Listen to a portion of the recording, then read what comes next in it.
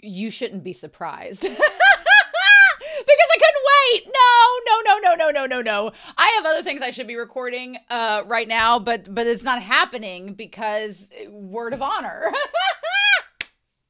We're on episode 3. I'm Romania Black. And yeah, episode 1 and 2. They say in a series that the third episode is the one that if you're on the fence, you should watch to the third episode because the third one's the one that'll get you. Because honestly, Word of Honor has already subverted expectations because usually you have a pilot and you're like, oh, this is really interesting.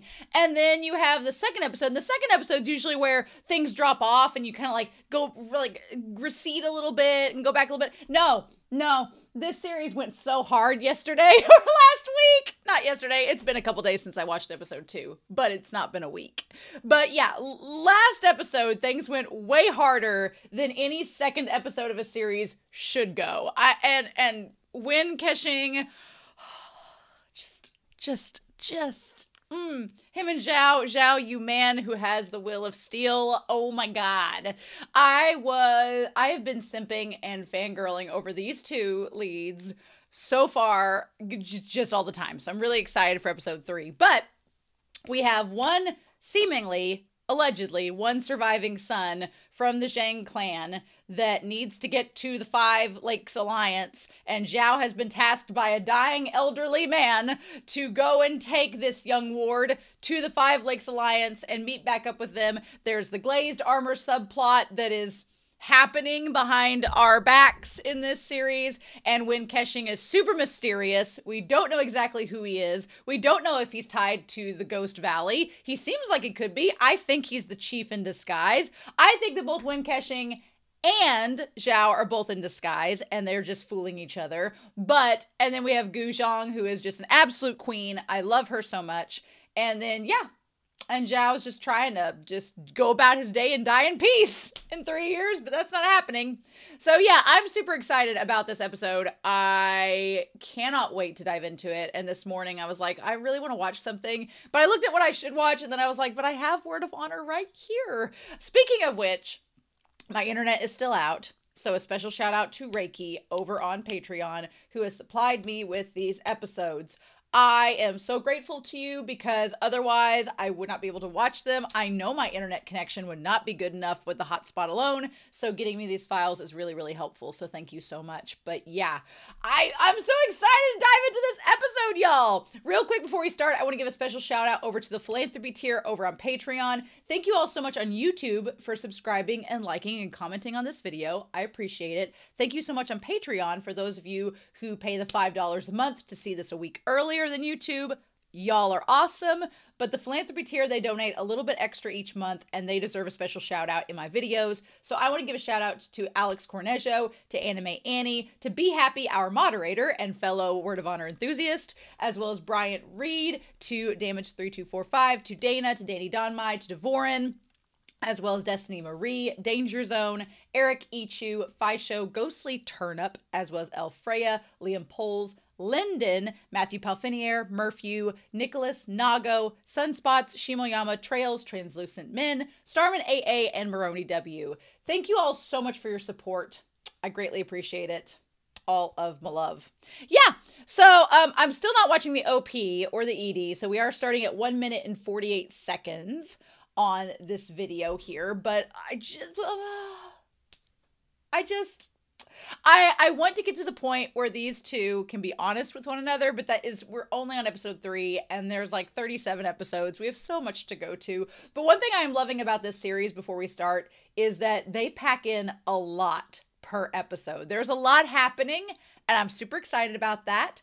And I can't wait to see what happens with our boys today. So with that being the case, I'm super excited. I hope you all are too, but we are not going to waste any more time. We are going to dive right in and start Word of Honor.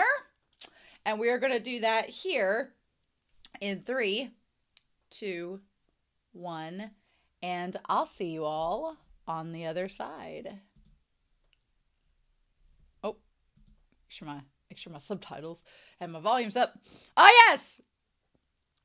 She's like, I'm gonna eat this bread if none of y'all will. Zhao, you gonna eat that bun? Oh, that's his gourd. how can I eat if I don't have any drink either? Oh! Just win caching. Oh, the flask. Oh, you bring that back. Oh my God. Oh, indirect kiss, bitch. Take the flask. Ah! Oh! Ah!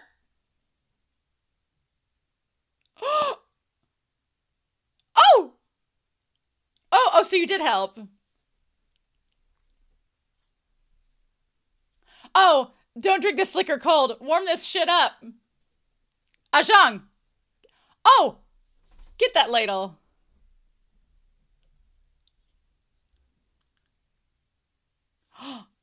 Oh! Oh, she's like, good. Here, you take it, sir. Go ahead. Heat that up, slave. He's like, I really would like some too. I love, she's like, if y'all ain't gonna eat this bread, I'm gonna eat it. Oh, you also, get that hand close.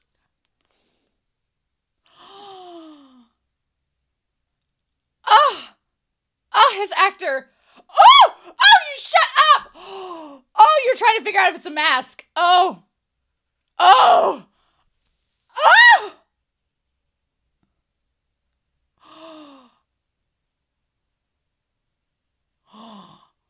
Oh. Oh. Oh, bitch.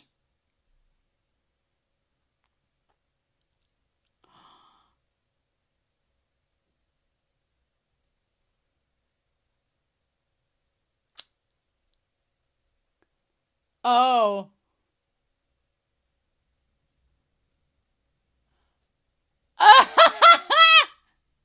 What do you know?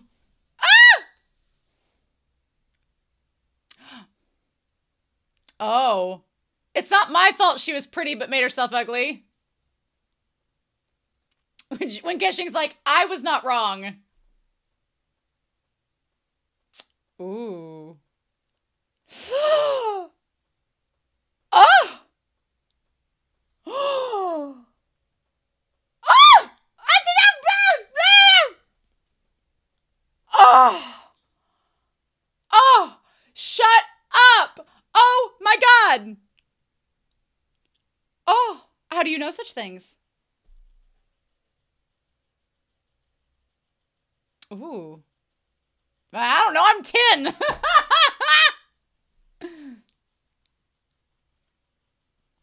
Oh my God. This opening scene, I can't. Oh!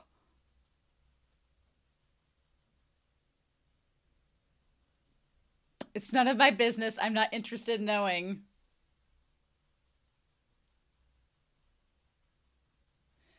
When Keshing, I could stare at him all day. Could stare at him all day. Ooh. I love him slinging that sleeve around. Oh. Okay. So what are they looking for? I love his drinking in the background.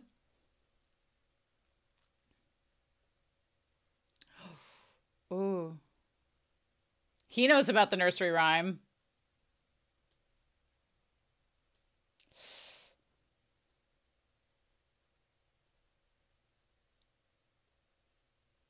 Uh-huh. Oh, it was part of their campaign. Oh. He's like, I don't care. But I'm going to tell you anyway. She's like, what? My master, what is it? Oh my God, girl. I love that. He's like, help me out, girl. Help me out.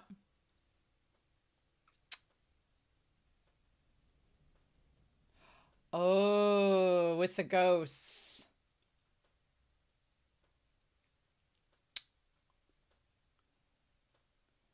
Oh, I love her looking at him as he says that. Oh, well. Well. Oh. Wrong John. Uh-huh. Okay. The World's Armory.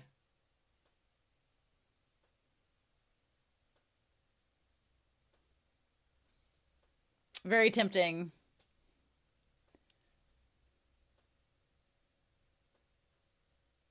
Okay. So...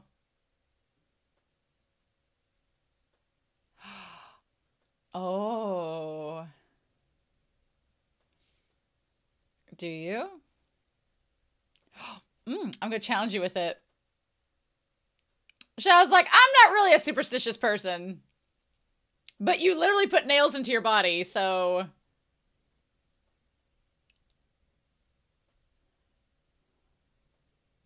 Uh-huh.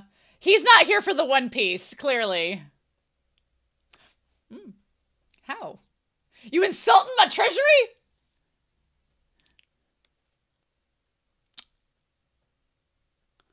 Oh, reaping without sowing. Oh. Oh.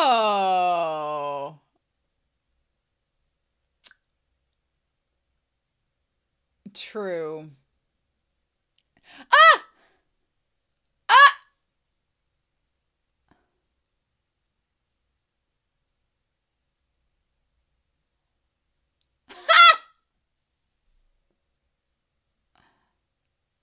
Oh, she's so cute!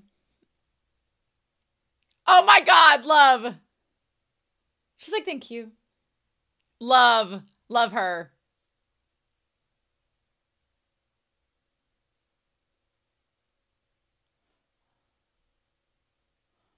Oh, why are we suddenly not having a good time? Is it that? Is it you having to meditate?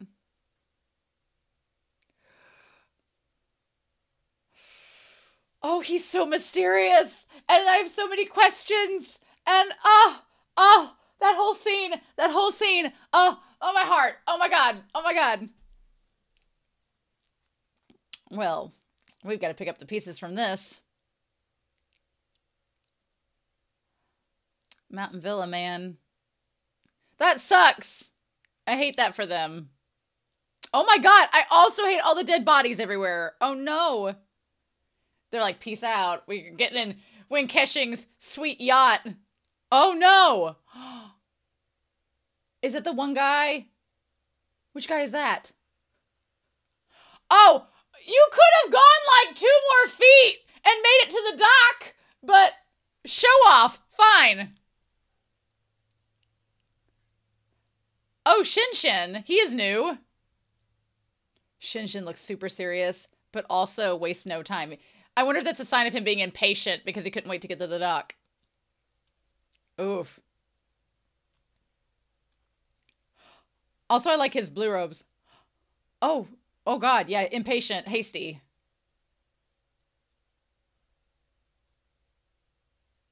Oh. Oh shit. So it's there's the guy and the 2 sons. 2 of the 3 sons. Okay, so they are dead. Okay. Ooh. What about the 3rd son? Oh man. Damn. Oh, I love how impatient he is. I love that attribute about him.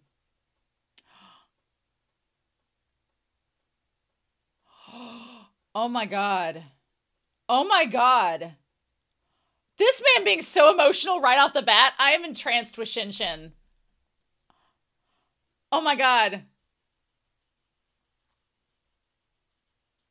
Oh, and that guy was in the last episode on the shore.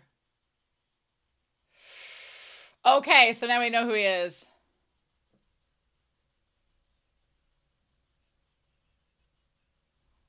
Oh. Okay, there we go. When we saw that last episode, the boats were destroyed.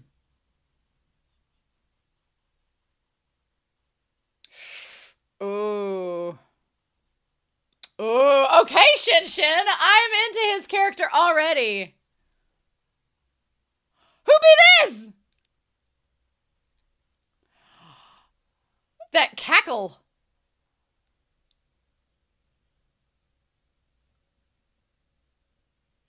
Oh. Live you. How do you say that? Live you. Live you.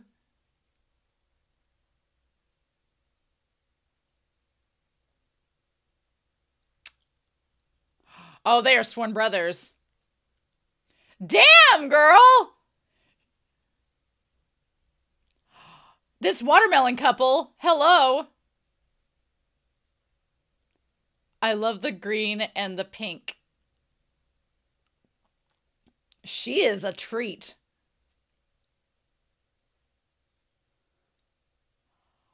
Oh, damn! The shade with these two! The shade! Brothers? Oh, they were only roommates? Tooting your horn. Bitch!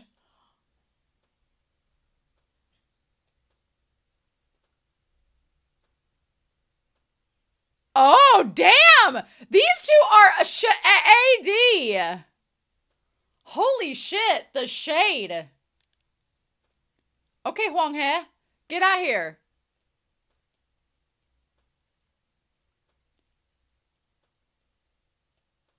Okay, Tao Hong and Liv Liu. Virtuous couple my ass. They were spilling tea all over the place. It's like, can't we have fun?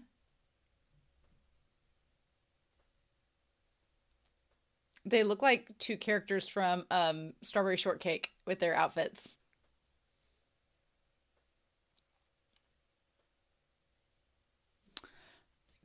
This old man's like, get it together, y'all. Get it together. Well, a bunch of ghosts, apparently. Do you believe in ghosts, son? Shin Shin is freaking great. I love his character. He was like so emotional right off the bat, giving all the Zhang Cheng vibes. Loving. Loving. He's like a little blueberry. This is like Strawberry Shortcake. Yes. Wen Keqing, are you watching him? Like so intently? Bitch. What? Oh my God! I want a man to watch me like Wen Keqing does. And preferably offer me his flask. Ah! Zhao! Oh, has he stared long enough? I want to peel it back. Oh my God! The shamelessness! He's like, there's a child sleeping in front of us, sir. Yes, wake up that kid so it won't be inappropriate. He's like, I need a witness. I need someone here to make sure. Aww. He's like, I need somebody here to keep this man from getting too unreasonable. Ah!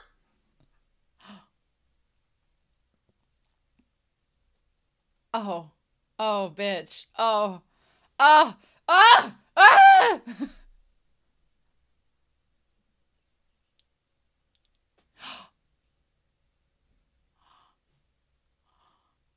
And I happen to have a decorated boat! Let's just take the route together! Wouldn't that be better? She's like, oh, really? Oh, he offered you a ride on his luxurious yacht. Come on. Ah, yeah. I'd love to see who you really are. Oh my God, yes! Diseased ghoul.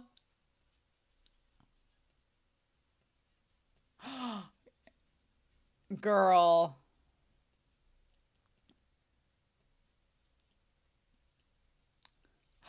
As a phoenix. Oh, those shoulder blades. Oh. Uh-huh. Oh, girl. Of course.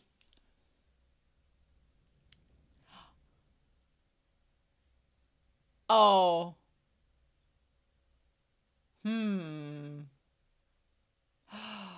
Ooh. Ooh, there we go. He's like, I want to figure out why. How is he so strong? And his flexible sword. Well.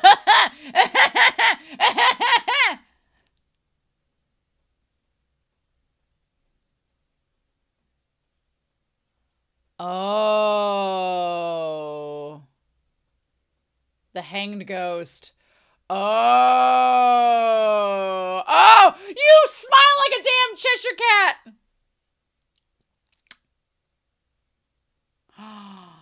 Oh. Oh, just wave that fan. Oh, just you shut you oh. Okay.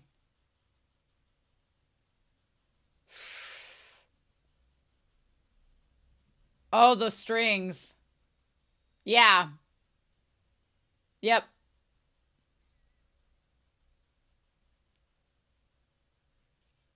Oh, wow. Oh. Interesting.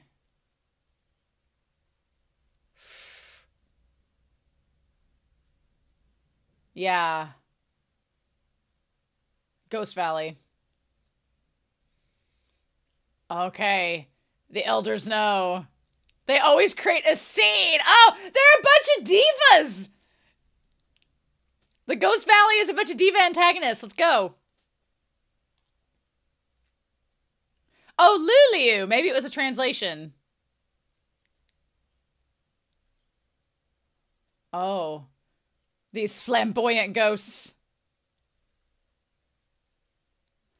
Soul winding threads of the hanged ghost. Oh, because he was levitating off of them in episode 1.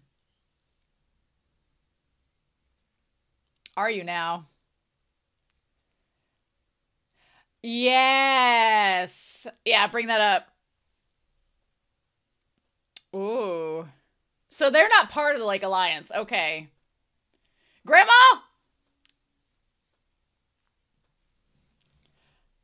Oh. I love this.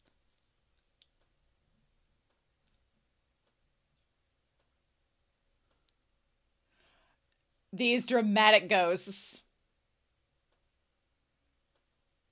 Oh. Uh-huh. Yeah, the Ghost Valley's looking for that glazed armor. Are you gonna have to watch out for yourselves? I love that Wong has like, okay, now let's not get out of hand. Oh. Is that maybe their goal though, to have the nursery rhyme spread? Ooh. Shin Shin is like on this.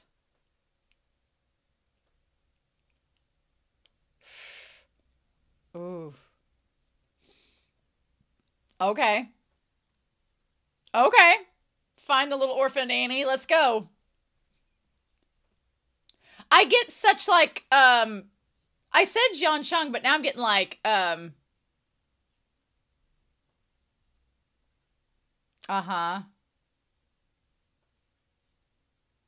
Not Pei Ming, but, you know. Oh. Ooh. Interesting! Huang He, we're gonna talk about this in discussion, but Huang He is interesting. Okay. He's like, you know, we could have taken a ride on a really sweet yacht right about now rather than go through this mosquito-infested swamp. You know, could have gotten your boyfriend's boat to get us a ride a lot faster. Could have rested on that sweet yacht, you know, if we'd taken a ride with Wen Keqing.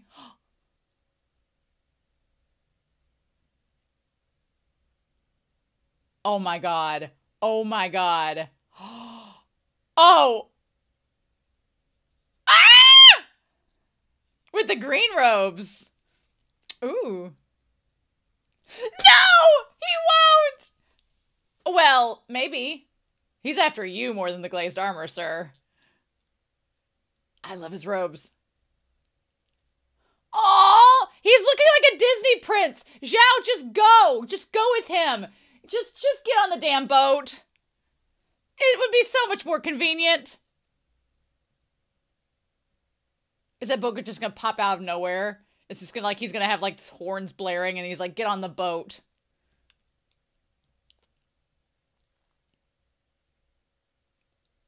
Like pulls up with the yacht and there's like a cooler. He's like, "Hey guys, why are you drinking out of the river?"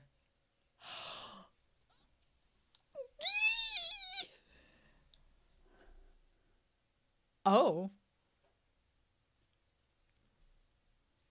Yeah, you're following him. That's why. Ah! Oh my god. Well, maybe. It's called a boner. That's why he's finding you. Oh my god. You're going to wear him down until he gets on the boat. Oh. When Keshing, what was that face for? Oh, you enjoyed that? Oh. Oh, these old people gathering and gossiping. Mm. She's like, I'm old. Why do I care? Yes! She's like, I'm almost gonna die anyway. Why do I care? Oh. Damn.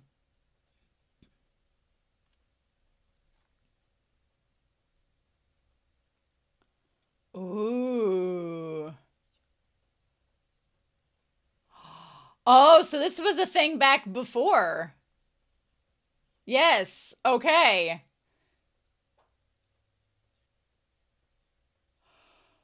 Okay. Oh, so there's been another sect. Retribution. Interesting.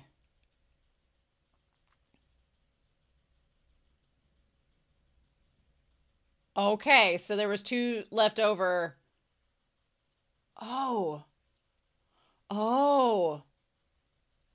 Ooh, okay. Okay. Well, we're getting exposition.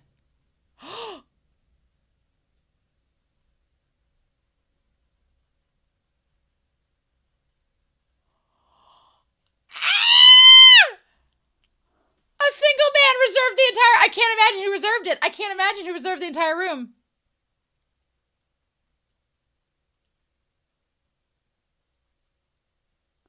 If I want Wayne Keshing to have reserved that entire place.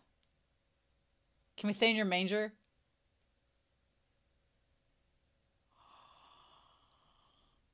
What would shed? Oh my god.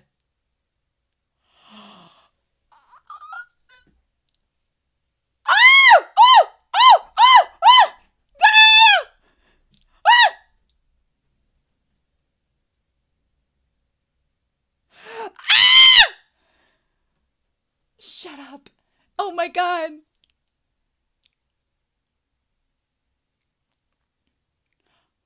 Oh. Oh. Ah!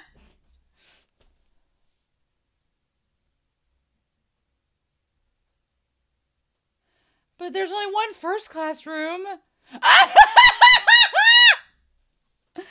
cannot. Keshing's like, oh, at least I got him here.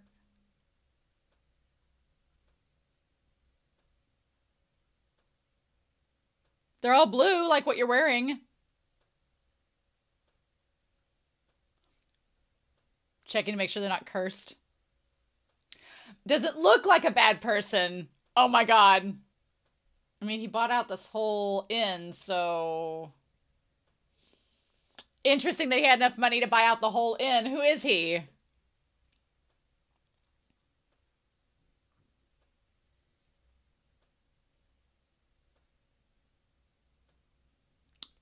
Aww. Aww. I mean, it has about as much cushion as the chair. Man, are y'all's backs not, like, completely wrecked by that? What memory foam you got under there?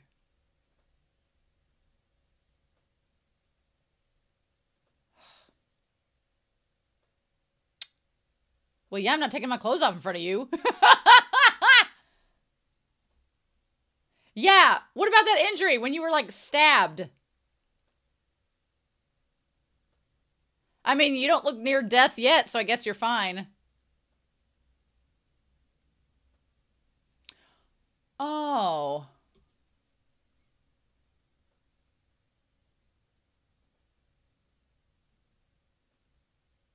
I love he's playing with the sleeves, like.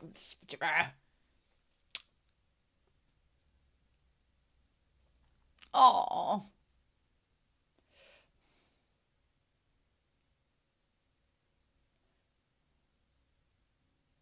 Yeah, this kid's been doing a pretty good job of hiding this wound. How bad is it? Like, how bad is it? Is it really bad? Oh, it's really bad. Ooh. Oh, shit. Oh, shit. Uh-oh. Ooh. Ooh. Oh. Oh, look at these robes. Oh. Shut up. Oh my God. Ooh! I love the green. I love the jade. Everything. Is it deeply interconnected? Is it? Oh, maybe. A soul haunting me. Oh, he could be. He could be.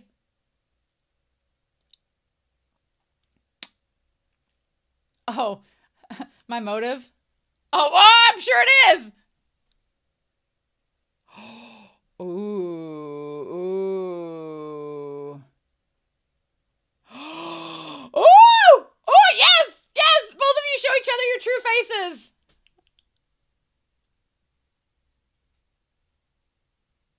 Oh, oh, you gonna be Hua Chong, are we? Oh, are you? Are you?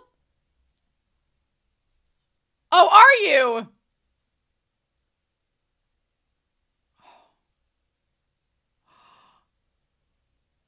Oh. Oh. Oh.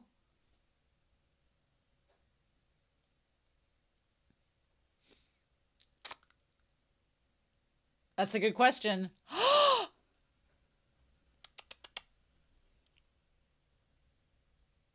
I'm a man of my word. I'm a noble man. And I'm living out the rest of my 3 years, so what does it matter? Ooh, ooh, ooh, ooh! Oh, oh!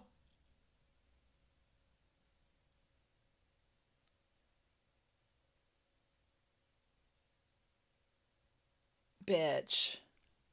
He's like, I can't get a break. She's like, I want to get wasted too.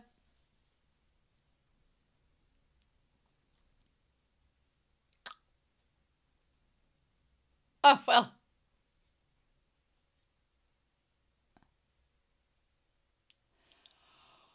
Oh.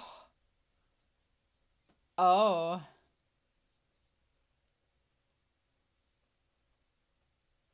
A slim waist and long legs. What? What? What? She's like, well, that doesn't apply to me. Bitch. You, oh my God. I cannot. I would get so wasted on a Wednesday with Wen Kexing. Can we do that? Can we do wasted Wednesdays with Wen Kexing? Oh, the sketch artist did a great job.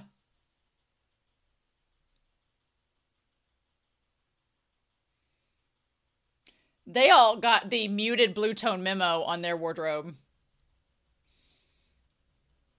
Man, this sketch artist deserves a raise.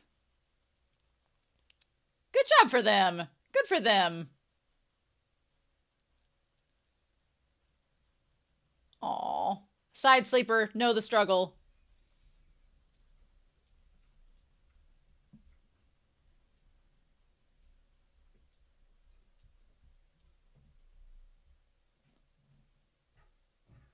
Aw. Is somebody tracking him down to try to kill him? That blue ain't gonna hide blood very well.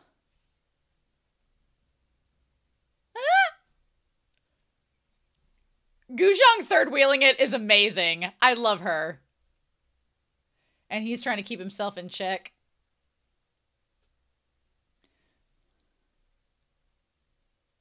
I'm interested that when Keshing let him sleep there for a second.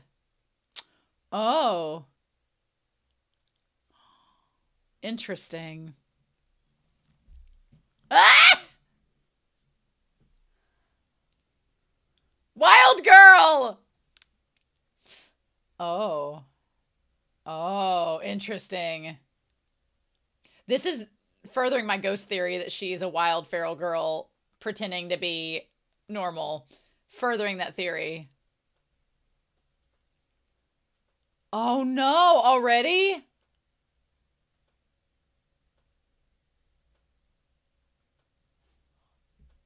Oh, interesting. That food looks really good, honestly. I don't know if it's Cantonese or it would be Szechuan. I'm more of a Szechuan person, but...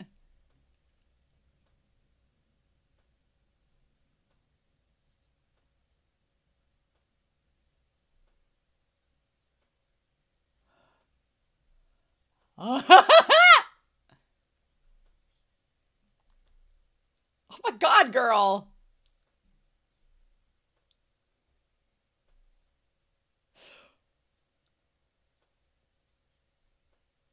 Oh. Ooh. When Keshing's like, oh, well, you know.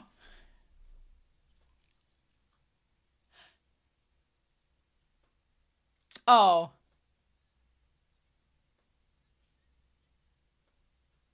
Oh.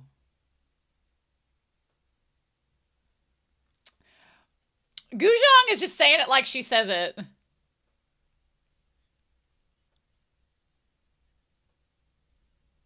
Mmm.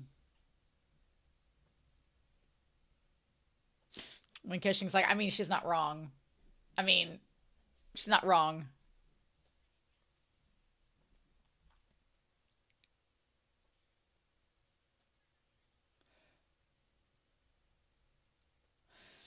When Keshing's like, ahem. You're this sick ghoul! Okay, there we go. Don't be proud, yeah.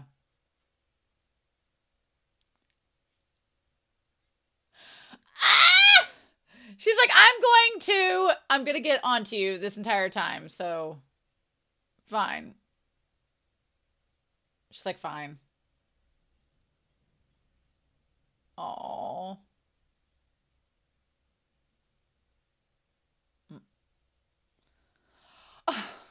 Girl. Mm. It's probably the first time he ate since his family died. And so he feels bad about it. Okay. Ooh, 5 Lakes World Alliance. Okay. Oh.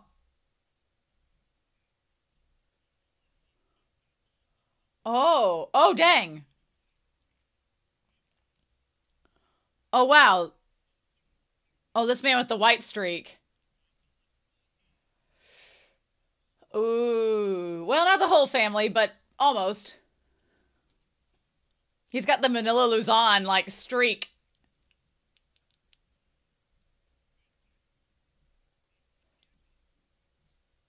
We're gonna make them ghosts pay!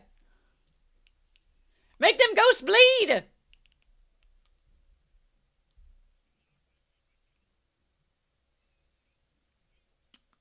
For 20 years. Interesting.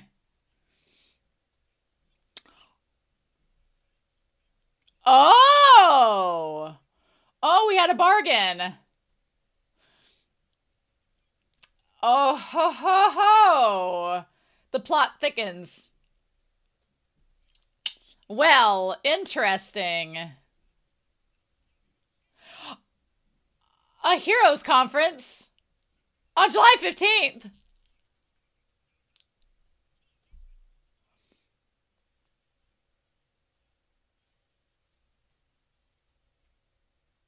Interesting. Oh. Ow, Lizzie. Okay, they mentioned the mountains Tai sect before. He's like an owl. Oh, I love the striped underside.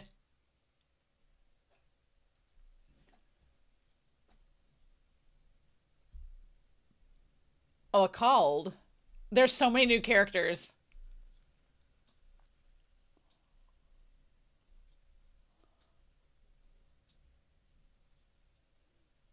Ooh. Ooh, okay, okay.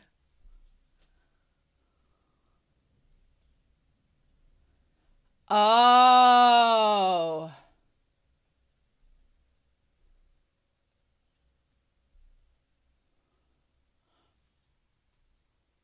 Oh.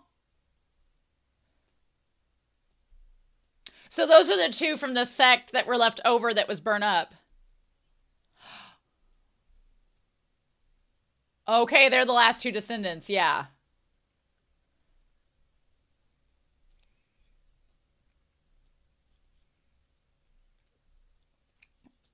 Uh. Oh. Oh. There are lots of information being thrown around that is not consistent with other people's information. Ooh.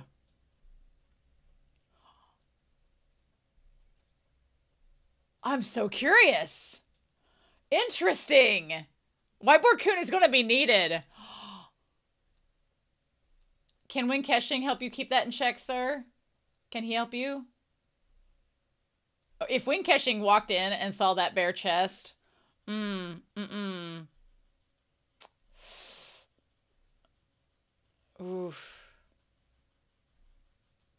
Every night, man. That is wild. Ugh. Ugh. Oh, wow. It's crazy because it looks like his disguise is like waning further and further, which is interesting. Or maybe I'm just getting used to watching it and seeing it. Maybe I'm just getting used to seeing it.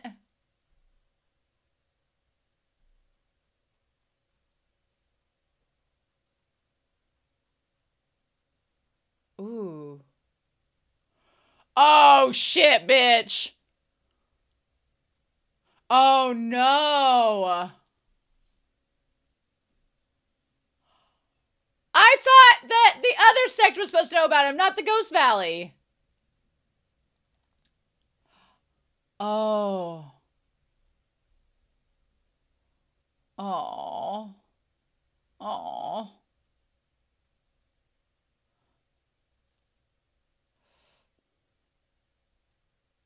Oh. Oh.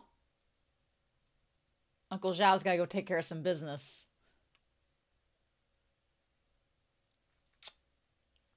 Shit. The ghosts. Oh. Oh.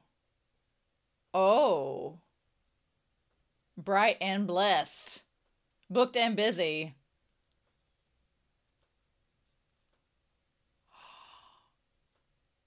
Uh-huh.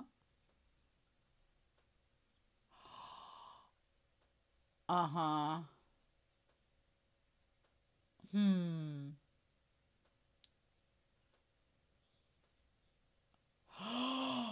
Oh. Ooh. Oh, bitch! Maybe! Yes!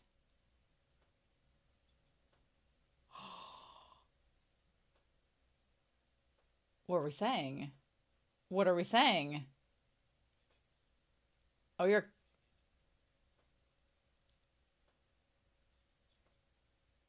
Ashu. Ashu. Oh, oh, oh, oh, oh, yo, oh.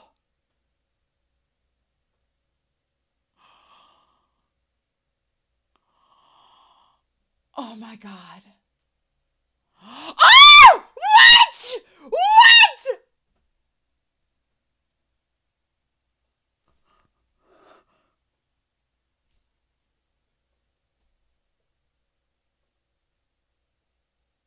Bitch!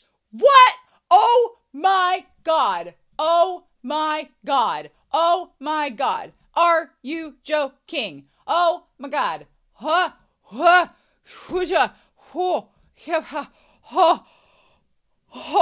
Oh, oh, this is so juicy. like a Muppet, just like the Kermit the Frog, where it's like, you all so like just I want to say thank you. Because I have had Word of Honor on my radar for like a year now. I have had Word of Honor on my radar since I was reading Heaven Official's Blessing, since before I started Scum Villain. I had people being like, you need to watch Word of Honor. And I was like, okay, yeah, I'll get to it. And then I wasn't sure when this one, where this is the third episode where it's like, oh, it's a kind of a make or break for some people. Oh, I have dug the hole. I'm ready to be buried next to Wen Kexing. I'm ready to go. I'm very happy that you all undersold this so well, because sometimes people hype up series and they're like, it's going to be the most amazing thing ever. And then I end up disappointed and people were like, you should watch Word of Honor. And that's the best feeling, because they just trust and they let it out there and they're like, just give it a go. Oh, the censors be damned. I am like fanning my non-existent Southern Belle self, being like, oh my God, the touching, the hand brush. Wen Kexing is the most shameless, so shameless. And that's why I think he's a ghost. He is giving Hwa-Chong vibes, but in like the most Cheshire Cat sly kind of way, and he's dressed in the jade like Shin Ching Cho, and it's just so like, oh, it's interesting because I like the fact that I'm getting into a different author's take on Don Mai and Don Mai couples, because I've again been reading and watching MXTX works the last 4 years. So I'm used to like MXTX's color tropes. MXTX has a certain color trope for certain characters. You come to expect that. You're like, oh, this character is going to wear these colors. That's very much their thing. And I'm not as familiar with Chinese culture and Chinese literature to know like what are tropes and what are not tropes. And the fandoms have been very clear throughout reading that like, oh no, this is a thing. And it's like, okay, cool. But it's really interesting to get another author's take, because every author has like different color symbolism they like to go with, a different color palette they like to experiment with and go with. And so seeing this kind of Hwa-Chong type character from Heaven Official's Blessing in Wen Kexing, but he's so different, which I love. But then seeing him in like jade robes with the white robes, I'm like, this feels so different and I love it. And I'm like, oh my God. But yeah, this episode sold. This is my favorite episode so far. There were so many moments. There's been a lot of exposition thrown about, and the plot thickens, and I'm like, oh, the layers are coming undone. So I'm keeping this up here about Rong Guang and the 20 years prior that was supposedly killed at Mount Qingya and the Five Lakes Alliance and co. There's this armory that's supposedly invincible. Zhao seems very skeptical of the armory. He seems like, oh, is this the one piece? Oh, is this going to be the one thing that like everybody's going after? Sure thing. He seems very skeptical of it. And interestingly enough, Wen Kexing's like, well, I'm skeptical too. And I'm like, are you? Here's my theory. I still maintain the theory. I think that Wen Kexing is the ghost chief, or I think he's a ghost. I think he's a ghost. I think this episode is very much like, you're a ghost. And I think that Gu Zhang is a ghost with him, because she very much seems like she's imitating a cute young girl, but her feralness is like in such opposition to it. And in this episode, Wen Kexing's like, now remember, this is how young girls should act. Like, you're not acting like you're supposed to be, Zhang. And she's like, I don't care. So I freaking love Gu. Gu Zhang is like so good. I love her character so much. But yeah, let's get into this. And the fact that both of them are hiding something, both of them are wearing disguises, they both want to uncover the disguises, and it's like, no, you go first. No, you go first. Just slay me right here and now, right? Just slay me right here and now. So episode 3, I like that Gu Zhang just kind of abandoned them. It was like, I'm going to eat the damn bread myself, whatever. Get you a man, get you a partner, woman, man, non-binary, whatever. Get you someone in your life that will look at you with as much yearning and admiration as Wen Kexing is looking at Zhao. He is instantly smitten, has instantly fallen in love, and Zhao's over here like, what did I do? And Wen Kexing's like, you're breathing. So the actor that plays Wen Kexing, dear God, dear God, he's just amazing. His eyes and that smirk do so much of the talking that I'm like, I'm sold. I'm so sold. We need to turn the sound off. There are so many moments of just looking. And the fact that the callback to the flask, the moment that Zhao's like, I'm out of it. And he's like, oh, you mean you need some liquor? And I was like, oh, just, I love when a series makes callbacks and it all fits in so well. Also, I love the idea of heating up the liquor. Absolutely. I do like sake. But I don't like pear sake as much. I like plum sake. I like sweets. I have a very big sweet tooth, so I like plum sake, but I like it heated. I've had plum sake cold and it was like, But heat up some sake, that's the ticket. So yeah, I also like this tiny little thimble. It's like a shot glass. Shots. Little Changling is adorable. I love him. I love him and Gu Zhong's relationship. I like that she kind of like is sort of like, oh, you're a prince, like lower your princeliness and get on this. I would ship Changling and Gu Zhong a bit. I would ship them. I don't know how old Gu Zhong is if she's a ghost, but I would ship her and Changling. I think that that's fair. Look, if Wen Kexing turns out to be a ghost, and if they don't cure Zhao of his 7 nails and he becomes a ghost too, can they just become ghosts together and go off and do ghostly things? Can we just have that happen, please? But just all of this, like, Wen Kexing has no sense of personal space. No sense. He's on the edge of the bubble constantly. He's like, I'm just on the edge of the bubble. And he is bound and determined to wear down Zhao until he agrees to go with him. And what I like about Wen Kexing's character is he's not forceful. He's just persistent. Like, he's like, are you sure? I have a boat. I have a nice boat. It's a very fancy boat. It'll get us there in no time. You don't have to. And what he's saying is not unreasonable. He's like, why? He's like, I'm interested in what you're interested in. We seem like we're a fated pair that's going to meet over and over again. Why should we separate? Let me just go along with you.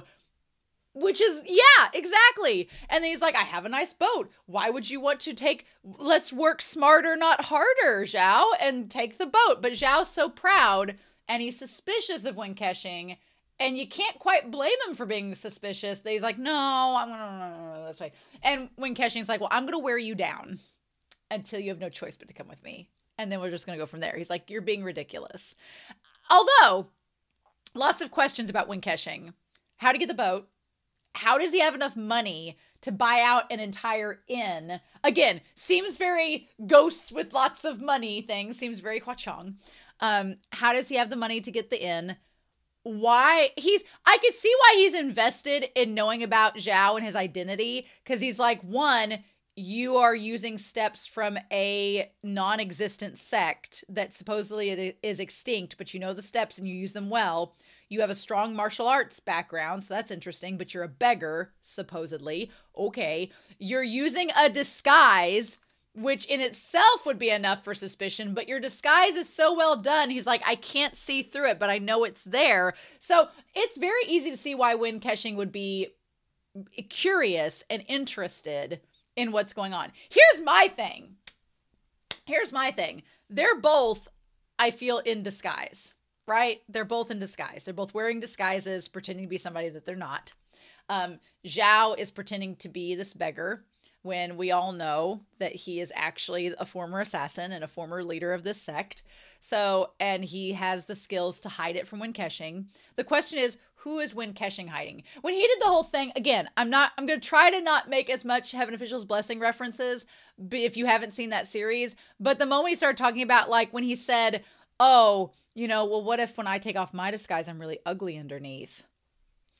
And I was like, okay. But I think you could look at it both literally and metaphorically. Is Wen Kexing saying, I know that on the outside right now, I look perfect and pristine and sweet and generous and kind. But he's like, what if you peel back my disguise and I'm not only physically disturbing to look at, because if he's a ghost, he might have died under bad circumstances and has all the scars on his face, which leads to the whole is he Liu Xiao controversy, but we don't know yet. We don't know. We won't know that for sure. But he's also saying, you know, if you see that I'm like the chief of the ghosts, then I'm revealing that my scars are that I'm now the leader of this ghost valley and I'm considered an evil presence.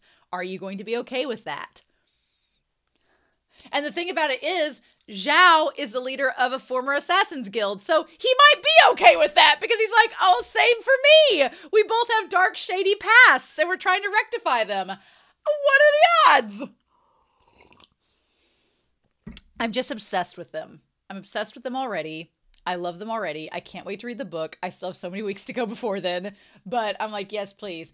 And the moment that the censors be damned. The moment he took that hand and he just brushed the side of his face to check for the mask, and Zhao's like, what the fudge you doing, my sir? And when Keqing's like, me?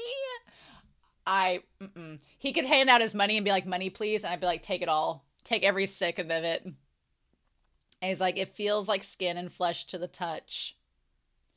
But why does it feel like you grew it yourself? I love Gu in this moment where she's just kind of like, you don't exactly know, is Gu onto the idea that it's a fake mask, or is she like, are you growing your own beard? Like, Gu seems in on the joke and she seems in on what he's doing. And I like that Zhao's like, yes, I worked hard to grow it myself, you know, even though I'm untalented. And he's like, who is this man? Who is he indeed? Wen Keqing is so mysterious. Y'all. Yeah, so he's wondering, like, how does this guy recognize me? Who is he? How can he see through my disguise? And then, so Wen Keqing's whole thing is he's like, I have never judged a character incorrectly. Of course, we get the trope of, for the first time in my life, you're the person that's made me question things and like all that. I'm like, yes, please, love it. And he's like, you're the one throwing me off. So you can see why he's like, your figure speaks of honesty and righteousness, so you must be extraordinary. How come? And then I like that Gu Zhang, she is like the best third wheel in this because she like holds Wen Keqing accountable. And this story where she says, you know, last time you pointed to the back of a Vision Girl and praised her for being born with fair shoulder blades. I like Wen Keqing's expression where he's like, bitch, I'm flirting. And you insisted she must be a beauty. But when she turned around, she bat her eyes. It was greasier than a pig's head. And I love that Wen Keqing's like, what do you know? I love that he says the girl was inherently beautiful, but her poor environment gave her an obscene temperament. I love that he's like, look, I know how she is on the inside. It's not my fault that her environment shaped her in a bad way. And he's like, shut up, Gu Zhang. Love it. I love that she holds him accountable and is just, she's the best third wheel. And it's just, I love her being there. You would think a third wheel would be annoying between a couple, but she keeps the situation grounded. And at this stage of the game, when they're just getting to know each other, she's like a great little anchor to be like, okay, things aren't going to get out of hand and uncomfortable because she's right there to be the grounding force, right? I love it. But I love Wen Keqing just being like, shut up, I'm trying to flirt. He's like, it's not my fault. I love it. I love his arrogance. It's so good. It's so good. He's like, as for Brother Zhao. And he's like, Uncle Zhao. He's like, don't call me brother. He's like, I can't find a breakthrough yet, but I'm sure you've changed your appearance. And I love that Zhao looks over him like, oh, and he just smiles like, is it pretty? And Wen Keqing being like, you tempted me with a good time, sir? And when he says, oh, that between them, when the two of them look at each other, I know that I'm going to be taking screenshots throughout this, but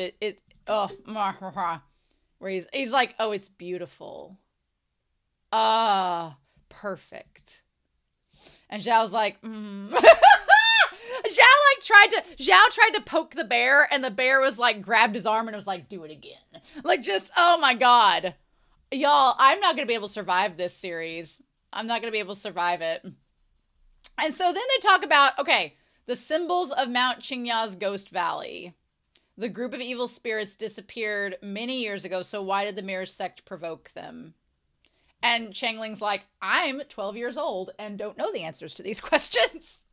So, interestingly enough, they point out in this episode that there is a very big possibility that some of these ghost warriors are not ghosts. They're somebody pretending to be the army to possibly encourage a riot amongst things. Because here's what we know. I thought there were 4 pieces to the glazed armor. There could be 5. And each sect of the 5 alliances had its own piece. Could be. But here's what we do know. We know that the Hanging Ghost had stole 1 piece of the glazed armor, but a red clothed figure that I honestly thought was the chief stealing it back, but who knows, stole from him.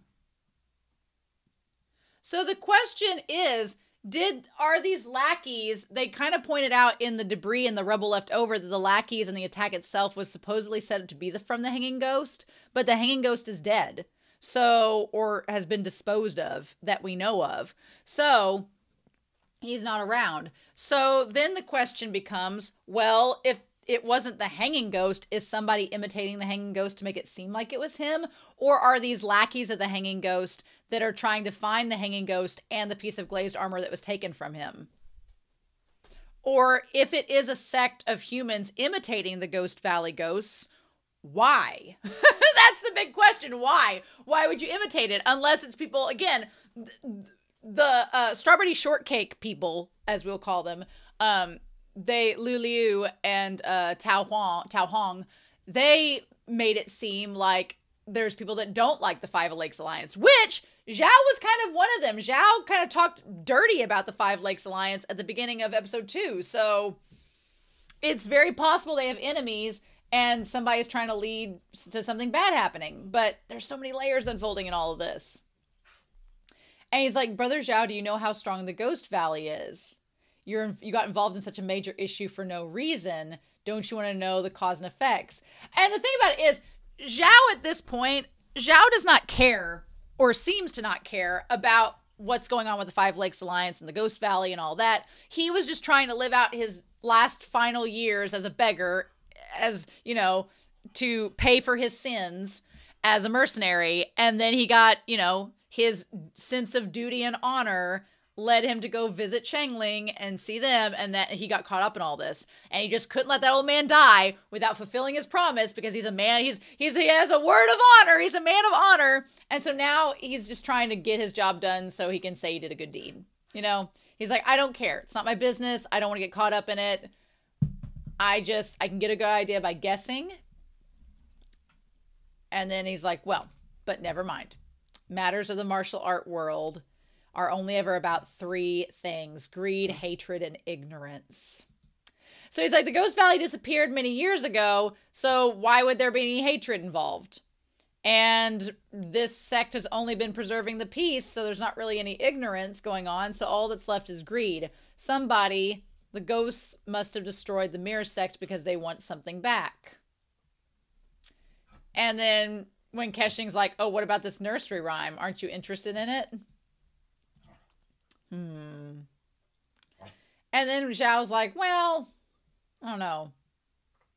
I do like that he looks over. I love he tries to explain the nursery rhyme, but Zhao doesn't seem interested. And then he looks over to Guzhong like, come on, girl, keep the conversation going. That's why she's so great to be there, because of when Keshing, he's like, I've got a narrative that I'm purporting. Keep it going, girl. And she's like, oh, yeah, but sir, why would that be? I love it. I love it so much. And he's like, help me out, girl. Give me a hand. Be my wing woman. And he's like, aren't they filled with evil and only ended up in the Ghost Valley because they had nowhere else to run to? Now, that part was interesting because you had a close-up of both Guzhong and Wen Keshing when Zhao was like, well, aren't the Ghost Valley just evil spirits that are, you know, just abandoned and have nowhere else to turn to? That part there made me be like, wow, the close-up on both of them makes me think, are they ghosts? Because they can't say, well, that's not how Ghost Valley works, because then they'd be like, well, how do you know? And they'd be like, well, because we're ghosts. So I feel like in that moment they're like, there's a lot of prejudice against the ghosts, surprising no one. And when Keshing's like, well, actually, you are right, but the words "the ghosts on Mount Qingya" don't stand for a group of ghosts. They stand for Rongzhan, who was killed at Mount Qingya 20 years ago. Rumor has it that this demon with the surname of Rong left behind a martial arts treasure called the World's Armory. And it contains the long-lost supreme techniques of various martial arts sects. And it can make an ordinary man invincible. I wonder if part of those secret traits are something that could help our boy Zhao counteract the 7 nails. I wonder, possibly, if it's something that could save him. Who knows? I don't feel like Zhao has any interest in the armory. He's like, it's a bunch of hooey, it's a bunch of horse hockey, I don't care about it. But I feel like he could get involved and care about it if one, like Prince Jin says he wants to get a hold of it, and then Zhao's like, that might be a problematic thing. Or if he finds out there's a way to undo the 7 nails and he thinks, oh, I could save Uncle Bai if I get it, and then could go and try to save him. Like that could be, I don't think Zhao's interested in saving himself. He wants to repent for his sins, but I think if it involved a way he could save his friend, then he'd be like, sure, I could do that. I would go after it in that case. And the key to opening the armory is the glazed armor. And Zhao seems very skeptical about all of it. He's like, it seems like a trick. He's like, all these treasures have one shared name. They're called the genius way of reaping without sowing. Simply put, it's just greed. I like the fact that Zhao's like, there is no armory. There is no treasure. It's a rumor. It's all just to get people to do crazy things, thinking that they're going to get power. And it's just basically to stir people up. He's like, it's not going to lead you to anything. I think it's just greed. There's no thing to it. And when Keshing just smiles, they're like, that smile is insidious. That smile was like, oh, it's like Cheshire Cat Ghost King. He's like, well, I believe the same thing. I'm like, of course you would. Although peace reigns over the land, ignorant people create troubles for themselves. And then I like that Gu Zhang is finally like, I just got what you just said. I figured it out. I love she's just like, oh, according to logic, those people who fight over the armor must know that their martial arts skills are bad, and that's why they're trying to reap without sowing. I like when Keshing looks at Zhao like, I'm sorry about her. I'm keeping her here to be a wing woman. I love Gu Zhang. Basically, the people who are going after the armor are trying to cut corners. I love it. And she's like, don't they just have a death wish? I love when she smiles saying, don't they have a death wish? She's like, it looks like there's loads of people who are dumber than I am. I love it. And then he's like, oh, Miss Gu is quite smart. She's like, yes, thank you. I love her. I love her so much. So they ask Chengling what he thinks about all of this. But he seems like he doesn't really have an opinion. And it feels like Zhao is starting to have his meridians act up. So he's like, I'm going to go take a nap. It's almost dawn. The whole thing about it almost being dawn, when Keshing's like, yes, indeed, dawn is coming, seemed very ominous. Like there's going to be something over the horizon. Something's about to change. There's going to be something going on. I'm like, ooh, I don't know how to feel about this. So then we get Shinshin. Bless. Shinshin is amazing. Shinshin, they say so much about his character in 30 seconds. The fact that he doesn't wait until the boat gets to the dock, that he's impetuous and he jumps out ahead of the boat. The fact that he's impetuous, he's hasty, he's super emotional, he instantly freaks out. Like, I'm already down for Shinshin's character because he seems so fascinating and he seems like he's going to be a fun time to watch. But, so we have Shinshin over here. And Shinshin being the sworn brother of the Mirror Lake sect leader. Yeah, so we get confirmation that the Mirror sect leader and 2 of his sons are dead. We get confirmation on that. And then we get the one guy from the last episode that was trying to get across the shore, but the boats were destroyed. Man, Shinshin's acting is like so damn good off the bat. He's like instantly emotional. I'm like, yes, he's just all about it. And he's like, the others were tortured before they died. That whole scene was really good. I loved it. And then everybody's like, the one guy's trying to apologize for not being able to save them, saying their boats were destroyed and all that. Then this woman shows up, cackling like a witch. She is amazing. They look like, if you don't know what Strawberry Shortcake is, it is a series from the 80s, like a Western animation from the 80s. And it's very much like Rainbow Bright, very magical girl. But it like involved little girls that were based off like fruit designs and desserts. Shin has a very blueberry kind of dessert going on vibe with the blues, but there was like a pair that had the pinks and greens and looked kind of like watermelon, but that is exactly what the vibes these two are giving with their pink and green robes. I've never heard anyone boast so outrageously. Talking so big without a sense of shame. She's like, you walk in here crying, dried up. So Tao Hong, and I'm guessing that's a translation area where it's supposed to be like Lu Liu. I think that's it. And they're like, what are you talking about? So she says, so we have Grandma Tao Hong and Grandpa Lu Liu. Okay, so they are not here for the Five Lakes Alliance. Shin Shin seems to be part of the Five Lakes. He's from a different sect, right?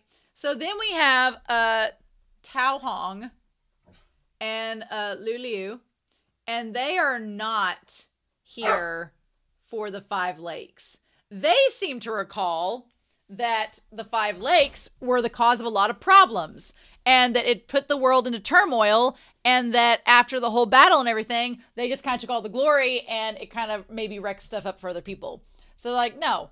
They're like, when you became sworn brothers, didn't you swear to... I love she's like, didn't you say we're going to die at the exact time? Why haven't you killed yourself yet? Oh my God, this lady and her shade. Absolutely insane. She was like, just bringing it. Like, damn, girl. And she's like, are you just going to get over it, shedding a few tears? And he's like, she was like having nothing. And so then they talk about how the battle was and everything and how serious it was. When they were alive, they would... And then I like the old man. He kind of says, you know, when you all were alive, you wouldn't even meet up one time. But now this guy's dead. You immediately run over like it's the biggest deal. I'm like, damn. He's crying so hard. It was as if his own mother died. I was like, these people and they're like, this kind of deep friendship is quite special. Basically calling them a hypocrite, but also calling out the fact that they were so emotional. I was like, damn, they are just like the biggest tea stirrers. So the five brothers... Are you trying to provoke me? She's like, brothers. And then it says Mirror Lake Mountain Village. She's like, aren't you tooting your horn a bit too much? Who even knows whether or not Zhang Yusen would even claim you as his brother? Wow, just the shade. She is like on fire.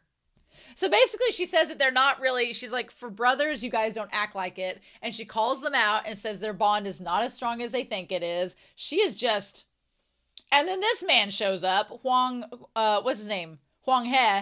Yeah, elder of the beggar gangs. So we have the beggar gangs now. So they're not part of the Five Lakes Alliance. They are part of the beggar gangs. I really like that Huang He is like, if you're going to be part of the beggar gangs, you all have to fit into the aesthetic. That means we wear muted blue tones, muted green tones, and we make sure we have long, unkempt hair. that is the aesthetic of the beggar gangs. You cannot be a member without that. He's interesting because he seems like to know more than he lets on. He's like, I invited these two here because we're old gossiping crews. I like that they're all elders. The Huang He and then Tao Huang and Lu Liu. They're all like older people that know from 20 years ago a bit more perspective about the Five Lakes and about the battle than like Shin Shin seems pretty young. So he seems like he was really young when all that went down. So they have a much different perspective than these guys do about what happened. So I'm so curious. Yes. I'm loving this. And he's like, virtuous couple, which they are not virtuous. I was like, came spilling tea. I hope you'll consider my position and provoke him less. And they're like, fine, we'll rein it in, I guess. They're like, we need this. He is very interesting because he feels like a little bit of a politician, Huang He does, because he diffuses a situation and is like, can't we all just get along? And then he walks away with those two and he's like, oh, by the way, the tea, can we spill? Like, he seems very manipulative and kind of two-faced from this encounter alone. Like, he's wanting to manipulate the situation and play things down. Mm-hmm. And they're like, fine. And so then he's like, okay, more important, we need to avenge the Mirror Lake sect. Uh-huh. Or do we hold on to this momentary argument? Which is more important? I love it. I love that that gets Shin Shin to calm down and go with them. And he's like, who did this? And they're like, well, you saw the ghost papers. And so, yeah, the temple and everything. Meanwhile, we'll go back to them. Meanwhile, I like that Changling is sleeping on the side of the ground. Although he's sleeping on the side that was hurt, so that doesn't feel right. But Wen Kexing just sitting there, I can feel why Zhao might be uncomfortable, because Zhao is like, I'm sitting here trying to meditate and keep my meridians in check, and you, sir, are staring at me. You are staring at me, watching me from afar. I like, you know, it has kind of an Edward Cullen vibe, but Wen Kexing's too hot. I'll let it slide. I'll let it go. He's just like, I feel like Blondie's song One Way or Another is playing every time Wen Kexing shows up. One way or another, I'm gonna find you. I'm gonna get you. Like, that's gonna be playing every time Zhao turns a corner and Wen Kexing is just staying there. And him saying, then just the flirting where he's like, what kind of countenance lies beneath your disguise? I'm like, shut the frick up, Wen Kexing, right now. Shut up. You're just, and Zhao's like, he's like, leave me alone. I love that he wakes Changling up being like, I need a third person here. I don't need to be alone in the room with Wen Kexing. I need someone else here to distract so he can't get away with saying stuff that's so egregious. I love it. So yeah, and this our meeting was fated and fate will reunite us. And Zhao's like, not if I can help it. But yeah, no, Wen Kexing's like, I have a boat. We could travel together. And he's like, no, to Lake Tai. And he's like, no. He's like, I just hate seeing the fated people brave harsh weather on their journeys. He's trying so hard to get them to travel together. I love it. And then Gu Zhang is like, now look, that man is a diseased ghoul, yellow-faced and skinny, breathes out more air than he takes in. Why? He could kill over and die. Why are you so obsessed with him? And then he's like, look, his disguise is really good. I'm intrigued about that. But when he said that person's voice sounds as mellifluous as a phoenix's song, and his appearance is beautiful in a dignified manner. He's like, look. And he calls back to the girl. And Gu Zhang's like, where have I heard this before? And then he's like, look, especially those shoulder blades. Calling back to the girl in the village, being like, look, Gu Zhang, I know you think that just like that girl in the village, he looks sallow and he looks bad on the outside. But he's like, I'm a good judge of character. There's a beautiful phoenix beneath that, and I'm going to see it. And I'm like, oh. Just shut up. Shut up, Wen Kexing. Just stop it. She's like, it sounds like as if you speak of a flower. And he's like, well, he's just a man, isn't he? And he's like, yes, of course, he's just a man. Do you think I don't know he's a man? But his appearance is completely inconsistent. I can't sense any trace of a disguise. I love it. He's so curious. He wants to figure out what the deal is. He's like, how can he be strong enough to create this disguise? I love that. He's like, I can't find a breakthrough. And I like Gu Zhang like looking out with him. Mm-hmm. And that flexible sword of his. Oh, that flexible sword of his. Let me tell you. He's like, I need to know. My curiosity has been piqued. And then Gu Zhang's like, well, why were those people pretending to be so mysterious last night? This part here. So she's like, why were they pretending to be mysterious? The leader even called himself the Hanged Ghost. Yeah. Did he take us for idiots? So here's the thing. She's like, why were they impersonating the Hanged Ghost? My question is, how do these two know that they're impersonating the Hanged Ghost? Unless they already knew the Hanged Ghost wasn't there. Uh-huh. Uh-huh. Yeah, how about that? How about that, huh? So, basically, we know that Guzhang and Win Keqing, they know that there is a group of imposter ghosts. So it might be that the ones last night were not, that it might be that Win Keqing was not hiding amongst them last night. That could be. But they know that the ghosts that attacked last night were not really the ghost, the hanged ghost. So I'm so curious. And every time when Keqing's eyes kind of like fire up and like widen in this kind of malicious and scary way, I'm like, what is happening? And she's like, Master, where are you going? And him just walking along, being like, fate will reunite us. Every time he just walks there, like with the biggest smile on his face, and the sign says smile to difficulties in life. Oh, I'm like, oh, him fanning, cannot get over it. So we find out the hanging ghost is responsible, supposedly, for the attack with the yellow paper, and they think it's the Ghost Valley.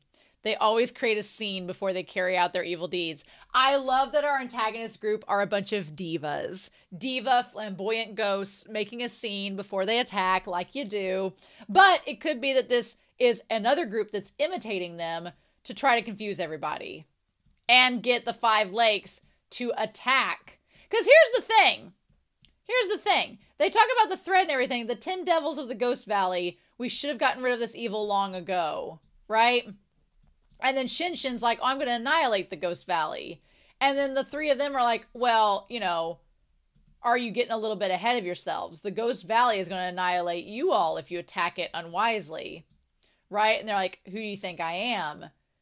If not, and so yeah, they talk about the phrase and the song that's been said. And they're like, if you are enlightened and do not do evil, be sure to tell him the second half of the nursery rhyme. So it seems like this is the interesting part with this conversation, is that they all insinuate that the Ghost Valley is responsible.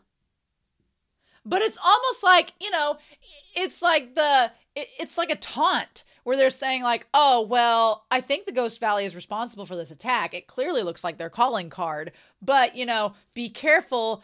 I don't know if you all are strong enough to face the Ghost Valley. And then Shin's like, I'm strong enough to face the Ghost Valley. And they're like, oh, well, I don't know, but you gotta be careful. But make sure to go tell all of the other sects about this nursery rhyme, because that's gonna get them all riled up. But don't get too riled up, because I don't know if you guys could take the Ghost Valley. They seem awfully strong. Like, they're just taunting them and getting them riled up, right? And then the beggar gang leader and the couple, they actually seem to want the Five Lakes to fail and get retribution. So it's almost like they are setting this up. They are setting this up behind the scenes to get the Five Lakes all riled up against the Ghost Valley when the Ghost Valley is off doing its own thing, and then to get them to go start a war with the Ghost Valley for some reason to possibly wipe out the Five Lakes.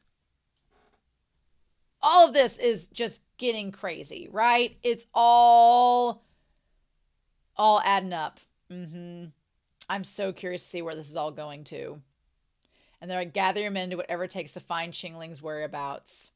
So they said that there was, if the child of the Zong family survives, then I'll do my part to take on the responsibility of assisting your alliance in finding him. Okay, so they also told this. What's interesting is there are multiple sets of stories going around, because they told Shinshin about the two survivors of the first sect that was destroyed. So one of the sects of the five has already been destroyed, and now there's another one. So there's 3 left, supposedly. What's interesting is they tell him about the 2 surviving descendants, and he's like, oh, okay, cool. They're over somewhere else now, you know, hiding out until they can be safe to come out. Shinshin doesn't care about the descendants from the other clan, but it's going to get brought up again later. He doesn't care about them. He's just out to find Qingling because he's the sworn brother of the one guy in Mirror Sect that died, and he's trying to do right by him. I feel like Shinshin does not strike me as, he reminds me of of Fengshen, I guess, from Heaven Official's Blessing.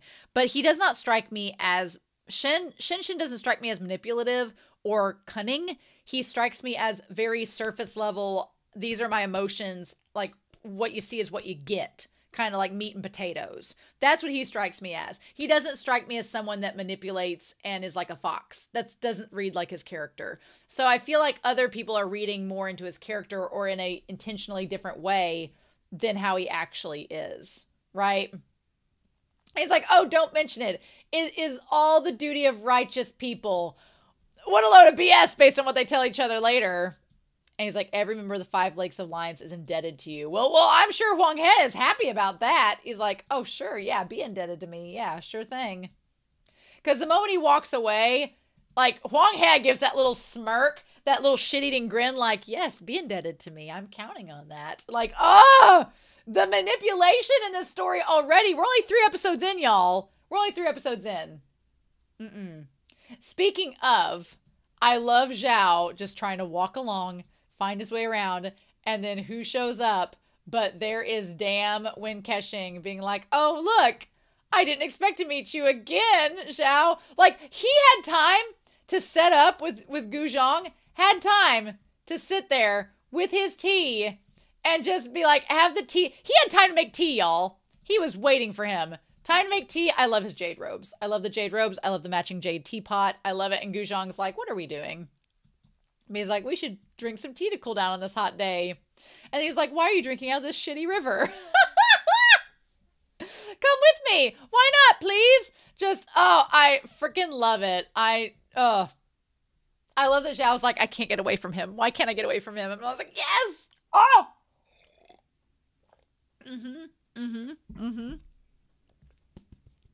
Obsessed with them. Just that whole scene is so amazing. So, okay. We cut back to the apricot blossoms and the boat where the two of them fought last episode, and we see Huang He working together with the virtuous couple, and they're like, someone can finally put them in their place. And then they're like, you should restore. I love that they're like, you kind of went a little too hardcore, Granny.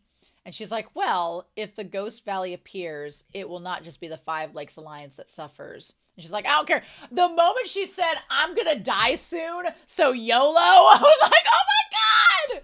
The grandma being like, screw it. Let him suffer. I was like, damn. Oh my God. Oh, amazing. Amazing. So basically, I don't think that the virtuous couple or Huang He are working with the Ghost Valley. I think that they are conveniently setting up the Ghost Valley as the enemy to get the Five Lakes to go attack them. And then while all that's going on, it's a big distraction for whatever they want to do. Or they're doing it to just make the Five Alliance pay and just to use it as a form of retribution for them. And then they'll just be like, well, if the Five Lakes Alliance gets destroyed, oh well. And go from there. The politics in this series are fascinating so far. But yeah, as long as I can watch the fall of the Five Lakes Alliance, I can die in peace. She's like, we're setting this up to knock these people down. I'm just like, these 3 are terrifying. They're just, I love it. So Liliu says many people were driven to death because of the Five Lakes Alliance and the glazed armor back then. So when it was split up, supposedly, it said the Five Lakes Alliance got all the benefits fast. They basically talk about how this war over the glazed armor way back when, 20 years ago, caused a lot of shit to go down and a lot of people suffered, and the Five Lakes just benefited from it. You know, how things usually go in war where one group benefits and everybody else suffers. And they say, what does he say there? Now, first the Danyang sect was cut first, and now we have the Mirror Lake was destroyed. Okay. The time has come for the retribution. All right. So it also feels like that, okay, Lu Taizhong left behind 2 young disciples. And they ran over to Ao Lizi's Mountain Tai sect. So they've ran over to another sect of the Lake Alliance. And so he must have obtained the glazed armor. Okay. So we have to find Ao Lizi quickly. We can't let another piece of it fall into the hands of the Ghost Valley. Okay. So it seems like we have this group here wanting revenge But they are separate from the Ghost Valley, separate from the Five Lakes, and possibly separate from the third party that's involved. They're just like, hey, we're just going to support whatever the third party is doing if it benefits us.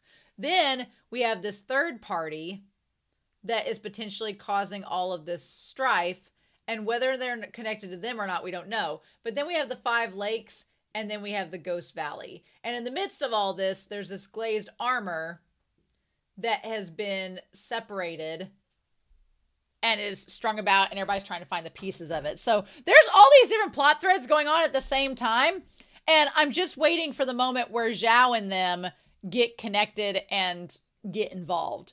But the fact that when Keqing bought out the entire inn for them to stay in, y'all, that is some Gusu levels of cash. And I love that Zhao's just like, Zhao's like, are you freaking kidding me? And then he says, oh, for this beautiful, gallant man, shut the frick. Zhao's face is like, when will my suffering be over? And I'm like, not for a long time. I love them. And I love that I love that Changling looks over like right here in front of my open wound. So they end up with the bed. It's like, okay. Zhao's exasperated face is probably my favorite part about this episode, where he's like, son of a bitch. So he's like, okay, get out, please. He's like, well, when Keqing is acting like Beast from Beauty and the Beast, being like, but I've given you a library, but I got you new clothes, but can we be friends? And Zhao's like, get out. I love it. He's like, just leave. And he's like, but there are many empty rooms here. And he's like, yes, go find another one. I love it so much. It just, I love how persistent when Keqing is. And I love that it's like, we as the audience know it is only a matter of time. It is only a matter of time before Zhao's like, what the fudge? But I love it. I love this game of cat and mouse between them. It's so good. So also Zhao showing his character by being like, look, you're going to stay on the bed. You're going to be able to do this. And what I like is that Zhao knows that Changling is hurt and he's sympathetic and feeling for him. But as someone that can relate to Changling because he has his own injuries and his own secrets, he knows that there's probably a reason why Changling is being secretive and not telling him about the wound. And Zhao's like, I can't judge you, Changling, because I'm keeping my wounds and my struggle a secret. So what right do I have to judge you? So he's like, you know what? You tell me when you're ready to, but if you don't want to tell me, that's fine. I'm going to leave you to it. Don't hurt yourself. Here's some medicine. Take care of yourself. And I'm going to leave you alone. Like, I love that Zhao has that dignity and that respect, right? I love that about him. I think that's so good. And I think it speaks a lot for his character. And again, why when Keqing is so smitten, right? Meanwhile, I love he comes down the robes, looking all nice and everything. And damn, when Keqing, though, he has the teapot at the ready constantly. I love it. I love that damn smile where he's like, oh, fancy meeting you here. I just happen to have an entire 5-course meal ready for you. When Keqing's like, really? The wound that Changling has, I don't like it. I feel bad about it. I don't like where it's headed. I'm a little bit nervous about it, but... And so then Zhao's like, look, why, tell me your motive. Why are you so apt on figuring things out? And he's like, what I want's very simple. It's you. But sure. He's like, show me your true face and I'll tell you. And Zhao's like, you show me yours, I'll show you mine. Uh-huh. The fact that both of them are like, they both know that they're hiding something. And he's like, oh, your true face must be very handsome. I cannot deal with you, Keqing. He is so brazen. You cannot say that he's not been brazen this entire time and upfront and to the point. You cannot say he's hiding things because he's very open with what he wants. And Zhao's just like, oh my God. I can't wait to read the story and the novel and see if we're getting it from a third-person observer perspective or if we're getting it first-person from Zhao. I really am curious. I don't want to know yet, so don't tell me. but I'm very cute. And he says, as for my true face, it may not be that appealing. It could be covered in scars. He feels like he thinks that Zhao is such a virtuous person, which is hilarious because Zhao does not think of himself as virtuous at all. And then when Keqing is like, but I could be a really cruel and horrible person. And what I think is going to happen is Zhao's like, no, you're perfect. And it's like, shut up, you two. Stop it. Stop it. But yeah. But what does he say there? What does he say there? I want to get back there. He's like, what is your relationship with Master Zhang upstairs? Because he says there, he's like, it won't hurt me to tell you your motives. And then he says that about his scars and everything. And he's like, I'm going to give you a piece of advice. Don't be interested in things that don't concern you. Because Zhao would know, he's like, I got involved in things that didn't concern me, and it led to a bunch of bad things happening. And so Qin Wuxing's like, okay, then why are you getting involved with this kid upstairs? Because that's getting you involved in things that don't concern you. And he's like, look, I'm just doing my job. I made a promise to an old dying man. That's all I'm doing. The moment that I'm like, what is this teacup foreplay? What is this shot glass foreplay that is going on?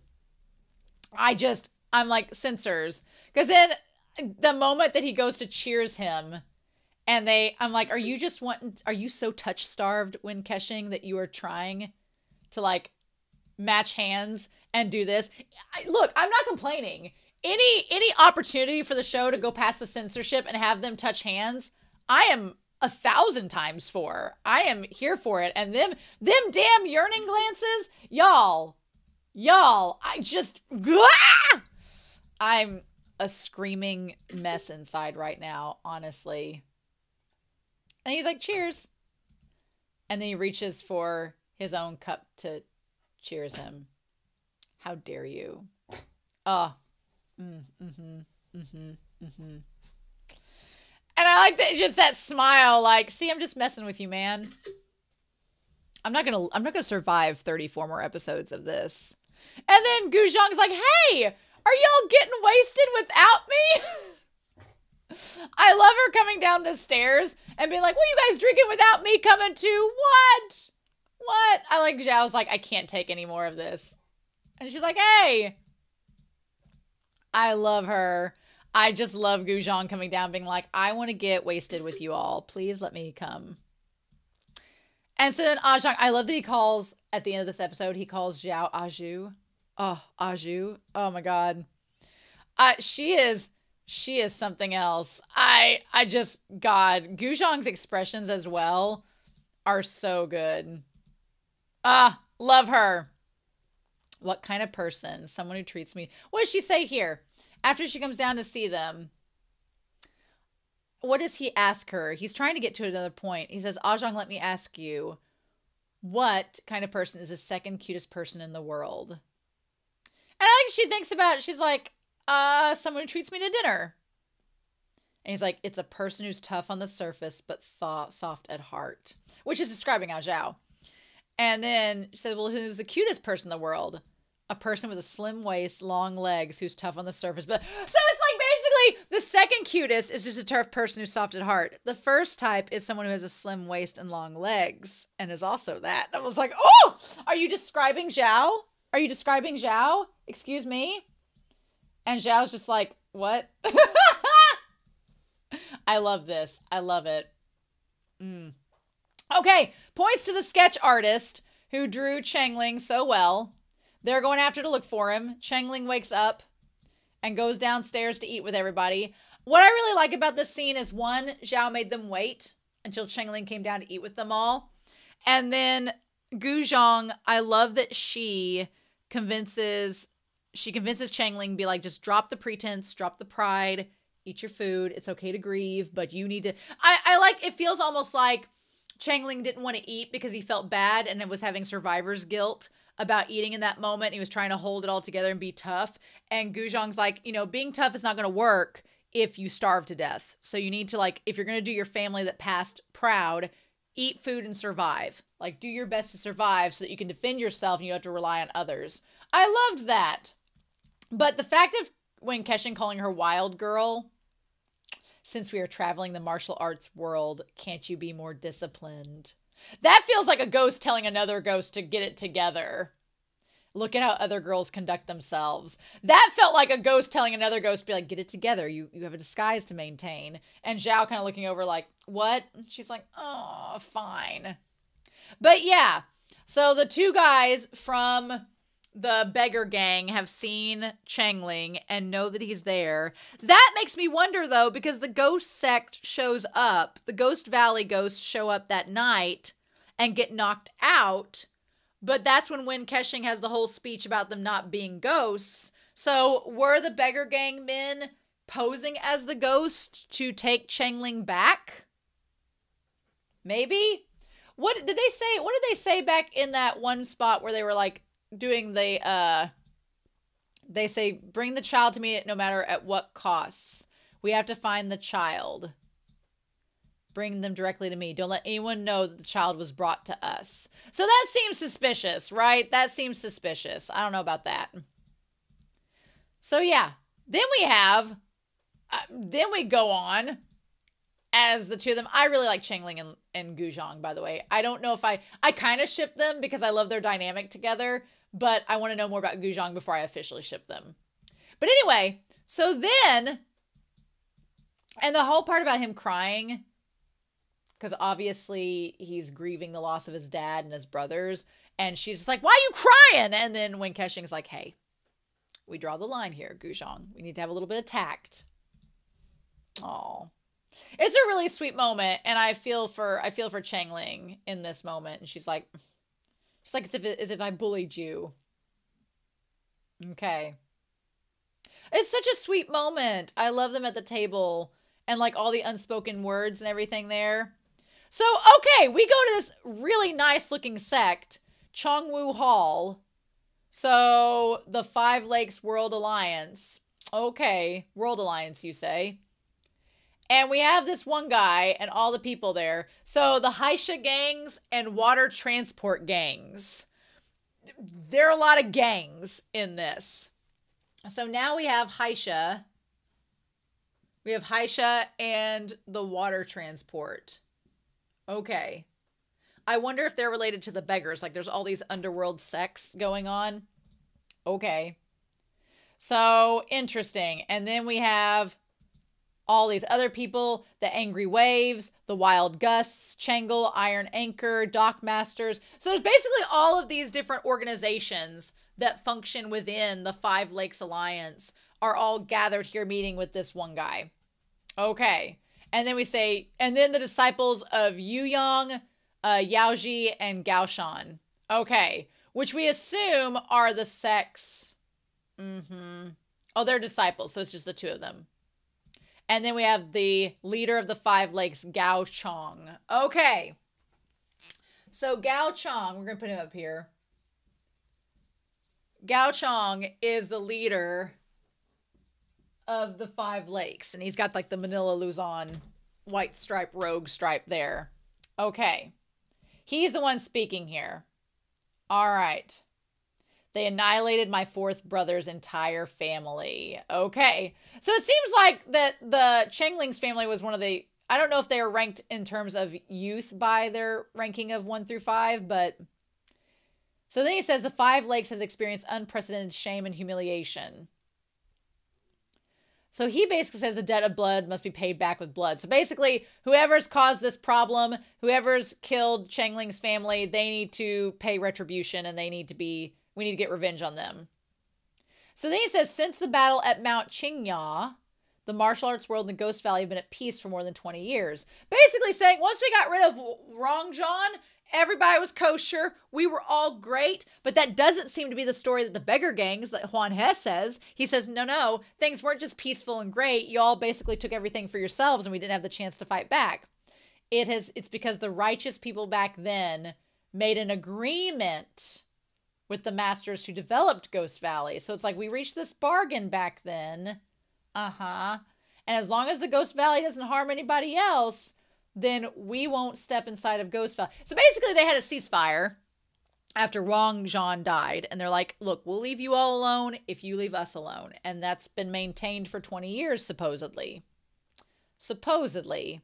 But now it's the Ghost Valley who did harm to our world first. That is the first, that's a contradiction, because as far as we know as the audience, no, the Ghost Valley didn't say in episode 1 and 2, the Ghost Valley never said, oh, we've got to go destroy the Five Lakes Alliance because they've stolen the glazed armor. That was never brought up.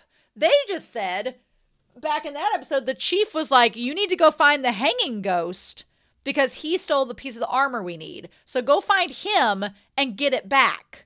But they didn't say anything about the Five Lakes. So they were just trying to find one of their own that went rogue. So what he's saying in this scene doesn't really add up with what we've seen the chief and them saying before. And he's like, I'm going to hold a heroes conference on July 15th. So we're going to have this hero conference on the 15th. Interesting. So we have a timeline. Always these conferences, right? And so he's like, it'll be us to time to attack Mount Qingya together and eradicate the evil of the Ghost Valley. I'm like, this seems rather extreme and, without researching it any further. So then we have this other, the Mount Tai sect, which is Ao Lizey. Now they were looking for Ao Lizey because they thought that he had a piece of the glazed armor. So, and he's of the Mountain Tai sect, which I think is part of the Five Lakes, right? I feel like they're part of the Five Lakes Alliance, the Tai sect. That seems right. So he's the one that they've been looking for. I love the stripes on his robes there. And so then he says, we didn't find anyone suspicious. And they're like, how is Qing Hua? And he's like, he's caught a cold. So the disciple Qing Bai is there. He has a small fever. And he's like, can we set a fire? And he says, endure it a bit longer. We don't want to set a fire yet. Once we get to Mount Wudang, we'll be fine. So basically they wanted to light a fire for one of their members that was sick. And they're like, no, we don't want people finding us. Because they're trying to be covert. If there hadn't been a fire at the Mirror Lake Mountain, then Shinshin wouldn't have let us go temporarily. However, if he catches a... Okay, so Shinshin... They're saying that Shinshin was after them, but left when he heard about the fire at the Mirror Lake. So he was chasing them? What? How could your children beat them if he finds us? And like, well, we'll just have a battle to the death. And he's like, you're too reckless. So then the two that are there are like, well, Master Ao Lizey, how about you just hand us over? He's like, after all, Master Shin is our uncle's sworn brother. We are the last two descendants. So why don't we just go to the Five Lake Alliance? And he says, silly child. He says, Shinshin is chasing after you to steal the glazed armor that your master left. So do these kids have the glazed armor piece? And so the descendants from the one sect have a piece of the glazed armor from their sect left behind. But there are some contradictory stories going on because Shinshin did not seem to be remotely interested in the glazed armor or the story like the one sect leader, like Changling's dad was obsessed with it when they mentioned it back in episode 2. Shinshin doesn't seem to care about it at all. So why is Ao Lizey thinking that Shinshin is chasing them to get it? What? Crazy. And he says, don't worry. Since I promise to fulfill your master's last wish, I'll do anything in my power to prevent the glazed armor from falling into the hands of the Five Lakes Alliance. So Mountain Tai sect is not with the Five Lakes Alliance, is what it seems to be. Okay. So Mount Tai sect is not the Five Lakes. And the beggar and them were talking about this whole thing of wanting them to fail. There's a lot going on. There's a lot going on. And I'm really excited about it to see how this all shapes up. Okay. So the glazed armor, the Ghost Valley is trying to get it back because they're like, this is kind of ours, by the way. And then the five lakes have had pieces of it that they took from the Ghost Valley, whatever. And now one of the pieces, or the pieces, have started to move around. And supposedly this Owl Lai Z guy thinks that Shin Shin's after a piece of the armor. Shin Shin seems more concerned about revenge against his brother that died. And then meanwhile, this couple and them are trying to get back Changling, possibly to bargain with him. There's a lot going on. There's a lot going on. And meanwhile, Zhao's just trying to keep himself from dying. I kept thinking that if Wen Kexing walks in and sees that shirt open and sees the open torso of Zhao Zishu, then he's going to have thoughts. I was waiting. Maybe that'll happen later on. Maybe that'll happen later. But yeah, so he manages to get everything under control. Good for him. And that's when Changling's having a nightmare and thinks that somebody's coming to get him. And I feel like Zhao feels very sad for him in that moment, because like when Zhao wakes up Changling and Changling's yelling for his dad, it's like Zhao understands. Again, I feel like Zhao and Changling have a really cool bond where they've basically trauma bonded. It's not cool, but they've trauma bonded together, where they both have lost people dear to them and they have that survivor's guilt. And so they're able to bond over that, right?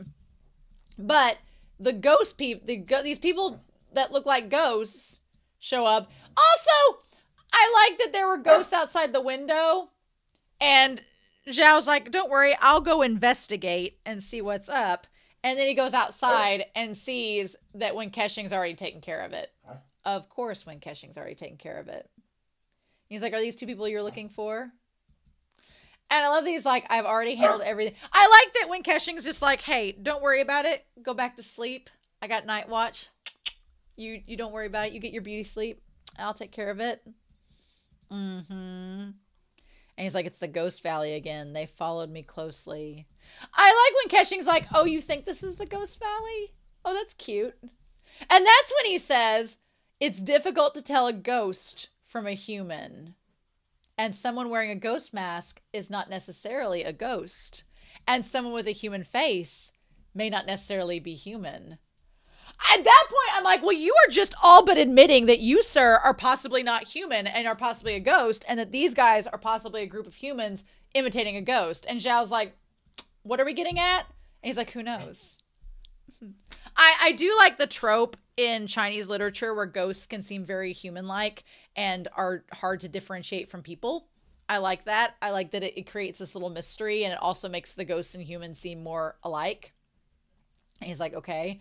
Also, the booze. He's like, oh, this old thing? I like that. I like that when Kexing's like, look, I've noticed that you drink a lot, so I've been doing my research. And he's like, oh, this little old bottle that I got from nowhere? What? And he says, you're a true connoisseur. It's the old Yellow Sea liquor of 30 years. He's like, I've brought it out for a special occasion. And he's like, can I call you Aju? Uh-huh. And Zhao's just like, really? Your ability to judge wine, Aju. He's like, it's on par with my ability to judge people. He's like, uh-huh. And Aju's like, you know what? He's like, how about a sip of it? Like, you know, this indirect kiss. But that touching with the hands, where he has his hand, he's like, what judgment? With that judgment of yours, forget about it. That moment where he just, the two of them, and they're locked in hands, he's like, my judgment of people is perfect. Oh, he's like, I'm willing. I love that shot of Tim. He's like, I'm willing to bet there's a very big surprise that is underneath that outermost skin. Ah, just quit looking like a model. Quit being the most flirty man alive. And Zhao's like, oh, really? And then, oh, I'm sorry, but that hand slip where he runs the hand up his, no. That, I'm like, sir, for someone who is supposedly not flirting, you're doing a very poor job of not flirting, because that whole thing, that moment there, I'm sorry, where he takes the bottle and drinks it.